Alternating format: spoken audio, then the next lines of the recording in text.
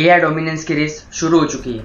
China's DeepSeek has shaken the tech world. It has rattled Silicon Valley and led to carnage on Wall Street. It has brought into focus the global race for AI dominance. Well, Donald Trump has warned that China's artificial intelligence chatbot, DeepSeek, should be a wake-up call for the US AI industry. Let's talk about DeepSeek because it is mind-blowing and it is shaking this entire industry to its core. The emergence of DeepSeek now putting pressure on the U.S. tech names. Drilled down this week on DeepSeek, a mysterious hedge fund turned AI lab that has caught global attention. All the talk at Davos this week, and it has sent Silicon Valley into a bit of a panic. Chinese AI model DeepSeek के release होते ही Nvidia company का share cap $600 billion से गिर गया। I am not talking about millions, मैं billions की बात कर रहा हूँ। यह यूएस स्टॉक मार्केट हिस्ट्री का अब तक का सबसे बड़ा single company market cap loss है। पर बस एनवीडिया ही इससे इफेक्ट नहीं हुई, पूरे यूएस स्टॉक मार्केट को $1 ट्रिलियन का नुकसान हुआ। पर आखिर एक छोटी सी चाइनीज कंपनी आखिर ऐसा क्या कर दिया?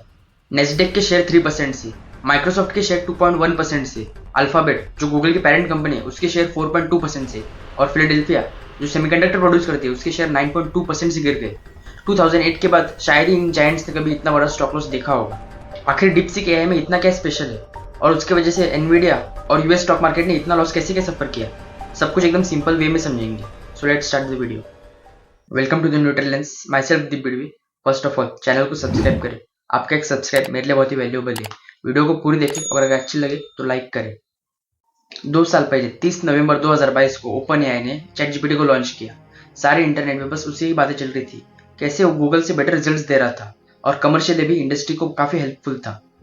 हालांकि गूगल के सर्च एंड रेवेन्यू में ज्यादा कोई डाउनफॉल नहीं आया था, पर वॉल स्ट्रीट को फ्यूचर बदलते हुए दिख रहा था और गूगल के शेयर्स 11% से गिर गए।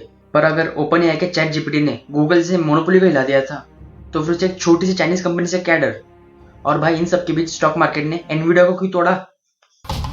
मुझे क्यों तोड़ा? एआई चिप सेक्टर में एनवीडिया एक मोनोपोली है, पर जिस तरह चाइनीज कंपनी हाई फ्लायर ने ओल्ड चिप्स के हेल्प से DeepSeek को बनाया, इन्वेस्टर्स में पैनिक क्रिएट हो गया और ये लॉसेस उसी पैनिक का नतीजा है। एआईज बनाने के लिए और ट्रेन करने के लिए चिप्स लगते हैं और पूरे वर्ल्ड में इन चिप्स का सप्लायर एनवीडिया है। पर अमेरिकन गवर्नमेंट ने ये चिप्स चाइना को सप्लाई करने से मना कर दिया था। As a result Chinese companies के पास ज्यादा ऑप्शन बचे ही नहीं थे। पर हाई फ्लायर कंपनी ने एक साइड प्रोजेक्ट के तौर पर एआई रिसर्च लैब स्टार्ट कर दी। अब उनके पास लेटेस्ट एनवीडिया चिप्स का एक्सेस तो नहीं था, इसलिए उन्होंने पुराने एनवीडिया H800 चिप्स के इस्तेमाल से एआई को ट्रेन करना स्टार्ट कर दिया।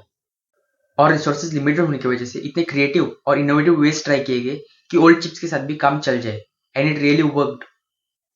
जहां ChatGPT को ट्रेन करने के लिए $5 बिलियन खर्च होते हैं, वहां DeepSeek को $5.6 मिलियन में ही ट्रेन करके तैयार कर दिया। कहा $5 बिलियन और कहा $5.6 मिलियन। एनवीडिया को तो शायद से एक शॉर्ट टर्म लॉस हुआ है, पर ओपन एआई का कुछ कह नहीं सकते क्योंकि कमर्शियली DeepSeek ChatGPT से 28 टाइम्स चीपर है। और चीपर इसका मतलब ये नहीं कि less accurate, it is more accurate then ChatGPT।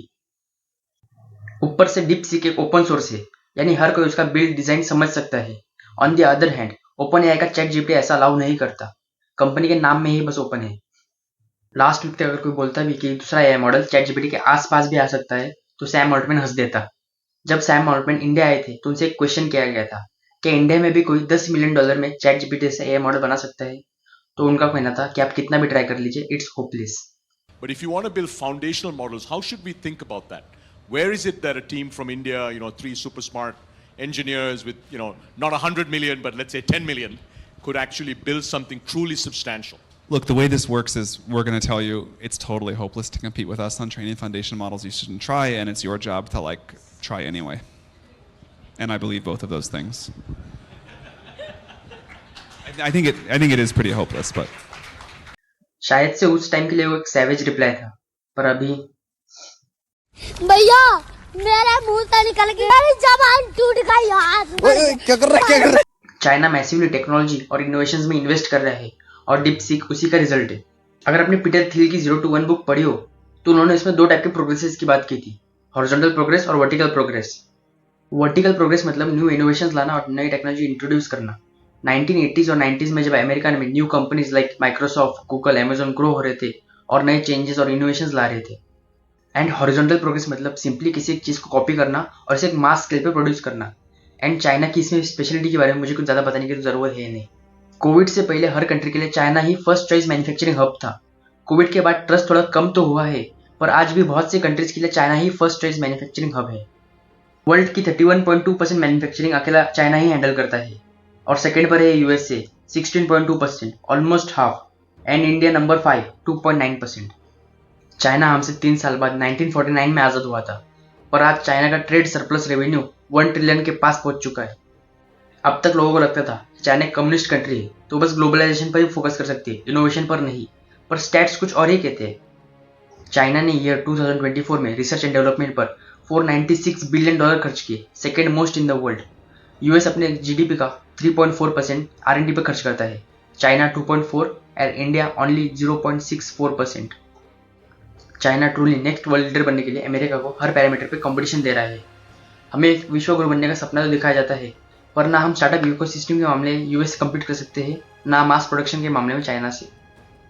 कहने को तो हम 4th लार्जेस्ट इकोनॉमी है, पर जब बात आती है जीडीपी पर कैपिटा की, then we are 120th। Innovation के लिए कंप्लीटली गवर्नमेंट पर ब्लेम नहीं डाल सकते, पर वो इकोसिस्टम क्रिएट करना वो तो गवर्नमेंट के ही हाथों में। इंडिया एआई रेस में कम्पीट तो कर रहे हैं फ्रैक्टल एनालिटिक्स, टाटा, इन्फोसिस जैसे कंपनीज के साथ, but they are nowhere near ChatGPT.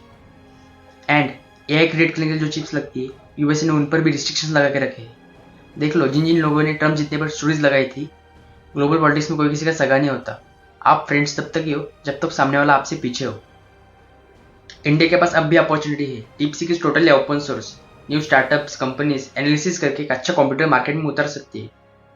India को कभी टैलेंट और पोटेंशियल की कमी थी ही नहीं। जब अमेरिका ने खुद का सुपर कंप्यूटर देने से मना कर दिया था, तब इंडिया ने अपना परम 8000 सुपर कंप्यूटर तैयार कर दिया।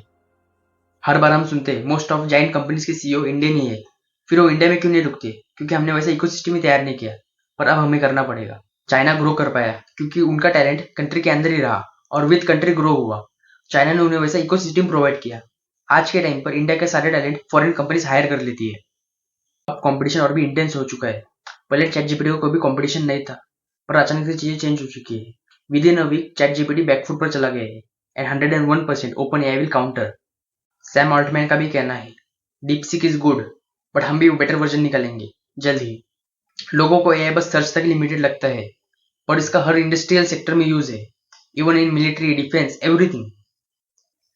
ग्लोबल पॉलिटिक्स के पर्सपेक्टिव से ये मेरा पहला वीडियो था। आपके एआई पर क्या पॉइंट ऑफ व्यू है, और इट इज डेंजरस या it is helpful to mankind? Comments में जरूर बताएं। Subscribe to nutrients. See you in the next video. Bye.